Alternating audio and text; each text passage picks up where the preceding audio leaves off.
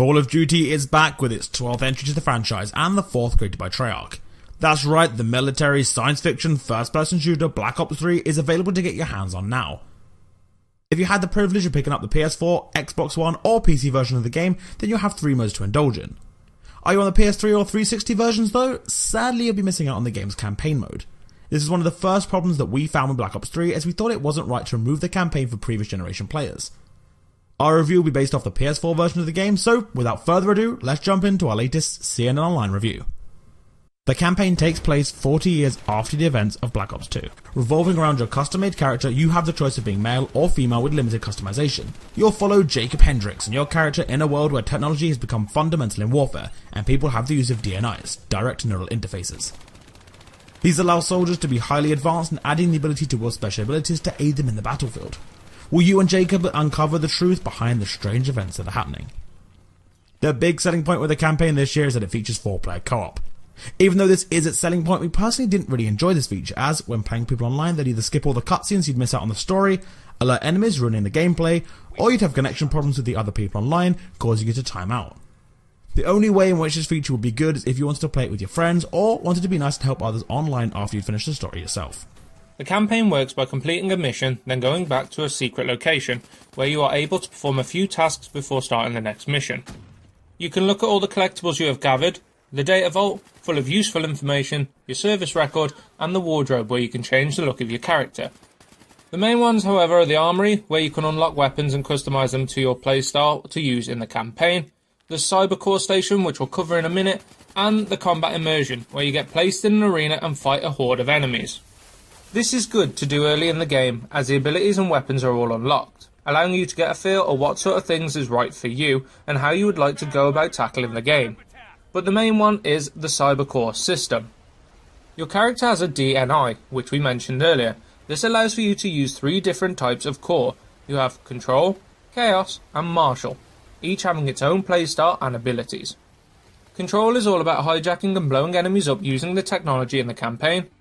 Martial is more about boosting your own stats, making you stronger and more diverse in moving around the levels, and Chaos is all about causing devastation and panic to your enemies as you progress through the levels.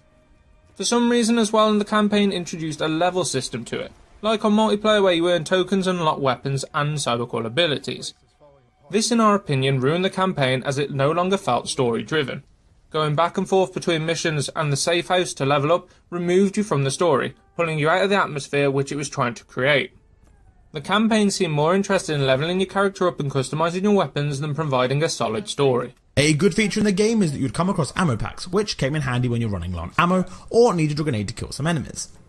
Though a negative we found is coming across crates, which allow you to switch weapons mid-mission. It did come in handy sometimes, being able to switch to a bigger gun and then back to a submachine gun, but it didn't make the campaign feel like a campaign. The campaign in our eyes had more cons than pros, not feeling like previous entries that we at C&N had always loved. It felt as if it heavily relied upon customization, which personally doesn't feel like how a single player COD should work. By all means feature this in the online, but not in the campaign. Along with this, it also felt very disjointed. One minute you're inside someone's mind killing zombies, and the next you're in Egypt killing robots and people alike. It felt like something from iRobot and Titanfall mixed together, and it just didn't quite work. The ability to run along walls and high jump were also featured, and it just didn't really scream Call of Duty to us. The multiplayer on the game is made up of public matches, arena, custom games, free run and theatre. Theatre is where you can re-watch your gameplay and analyse your skills in game and show off your awesome moments online. Free run is a mode where you are given a course to get through and you have to try and do it in the fastest time. There are an array of different courses, so why not try and take the leaderboards and have a global bragging right with the fastest time. Custom games are where you can set up lobbies with your choice of maps and modes to play with others online. This mode has everything unlocked and available to you, so it's a good place to go if you want to practice, or test out certain things in game before using them in the public matches. Arena is a mode that again has everything unlocked, but you will be playing competitively in ranked playlists against others with similar ranking. The more games you win, the higher up the rankings you go. Do you have what it takes to play amongst the pros? Finally, you have public match. This is split up between core, hardcore and bonus, each filled with different game modes for you to sink your teeth into. Core is for beginners, hardcore is more for the veterans, and bonus is just a bunch of fun game modes. In multiplayer, the player has a choice of selecting their chosen specialist. There are 9 in total, each with their own unique skills that make them stand out from one another. Each specialist has 2 abilities, but only one can be chosen to use. When you start the game, you only have a selected few, but to unlock others you have to level up and unlock them using tokens. So you can get tokens by leveling up, and they're used for a number of different things. The main ones are to unlock abilities on the specialists, obtain weapons to be used at your disposal, and to add attachments and more to your weapons. Use these tokens wisely though, because they're pretty valuable. You'll have 6 custom classes that you're able to personalise to your liking, as well as use one of the pre-made ones in game. You can also personalise the look of your specialist that you stand out online. Not only can you personalise your specialist though, you can do the same to your weapons. Change the colour, add emblems, you name it. The game has a great customization feature that allows the player to stand out online and not feel as if they're just like everybody else. This game is all about your playstyle. You also have your score streaks, it's just the same as previous entries, where you can have 3 and as you level up more become available to you. To use these, simply get enough points in a match without dying and you'll get to use whichever score streaks you have set to wreak havoc online. It wouldn't be a Treyarch Call of Duty if a zombie mode wasn't present. That's right, Zombies is back with a map called Shadows of Evil. The player will either play as one of the following characters: Nero Blackstone, Jessica Rose, Jack Vincent, or Floyd Campbell. Treyarch have gone all out by getting famous celebrities to once again voice the characters that appear in the zombie mode. These celebrities are Jeff Goldblum, Heather Graham, Neil McDonough, and Ron Perlman.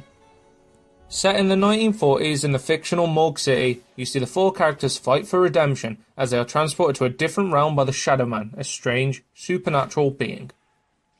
As expected, this is jam-packed full of Easter eggs and goodies, with a new perk called Widow's Wine and a cool new mechanic called Gobblegum.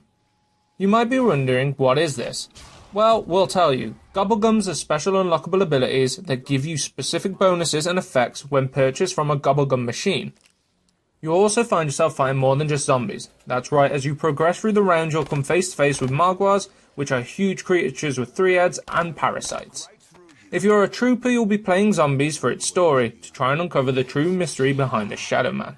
If you had the luck of getting your hands on any of the special editions of the game, or the Season Pass, then you'd have unlocked the Giant. This is another map that's available and is a remaster of a well-known map called Deriz from World at War and Black Ops 1. You follow the story from the original characters as they appeared in the zombie map Origins on Black Ops 2, and this map continues the story from where it left off. If you haven't played any of the other zombie modes, do not worry, as you can easily catch up with the story by going online. Zombies can be played with up to 4 players online or 4 players locally, though sadly if you're playing locally you have to put up with pretty awful split screen. If you have 4 players then it's okay, as each player has a corner of the screen, though if you're playing with 2 or 3 then it splits the screen in a pretty dreadful way, leaving black borders around your screen and shrinking the in-game text, making it barely readable. This is a huge letdown for those that like playing with their friends in the same room. Though do not fret, you'll not get this issue at all when playing online. The huge change to the zombie mode this year though is its XP based progression system. The main way in which this changes gameplay is it lets the player customize weapons by adding skins, attachments, custom logos, and symbols. Once you've customized your weapons, they can appear in-game for you to use by buying them off the wall and getting them through the random boxes. We thought this was a cool little feature as it makes you unique in Zombies and personalizes your gameplay. Now it's time to look at the positives and negatives. Positives. Customization in the game is good. Love the core abilities in the campaign and specialists in multiplayer and Treyarch Zombies. Negatives. Campaign didn't grip you and the co-op didn't work out for us. Zombies was overloaded with so much that it was overwhelming at first, and local play split screen was dreadful and needed sorting. We have been fans of the Call of Duty franchise since Call of Duty 4 Modern Warfare and have to say we're sad to see this all about future warfare. The game to us has lost its flair which grabbed us in the previous games. The fact that the campaign was level based and had you customise weapons instead of just giving you a gun and a story really puts us off. When we then went to multiplayer it just felt different. We could play the previous games for hours but got bored of this one pretty quickly. Then there's Zombies. We love the fact it's Treyarch Zombies and its return, but it just felt too overwhelming at first and took time getting into. We're unsure why everything in this game seems to be about customization and leveling up, but it was something that we personally didn't feel did the game justice.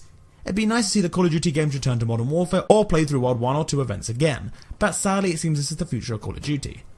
This review is based on our personal opinions and we understand that a lot of people actually do like this game. We'd recommend it to fans of the series and die-hard Call of Duty fans, though if you're new to the series, we'd recommend previous entries or other first-person shooters altogether. For these reasons stated above, we have to give this game a C&N score of 3 out of 5. Thanks for watching guys, feel free to leave a comment down below and tell us what you think as we love hearing from you guys. And make sure to like and subscribe and we'll see you in the next video. This is C&NOnline signing off. Yeah, well let's see if we live to see it.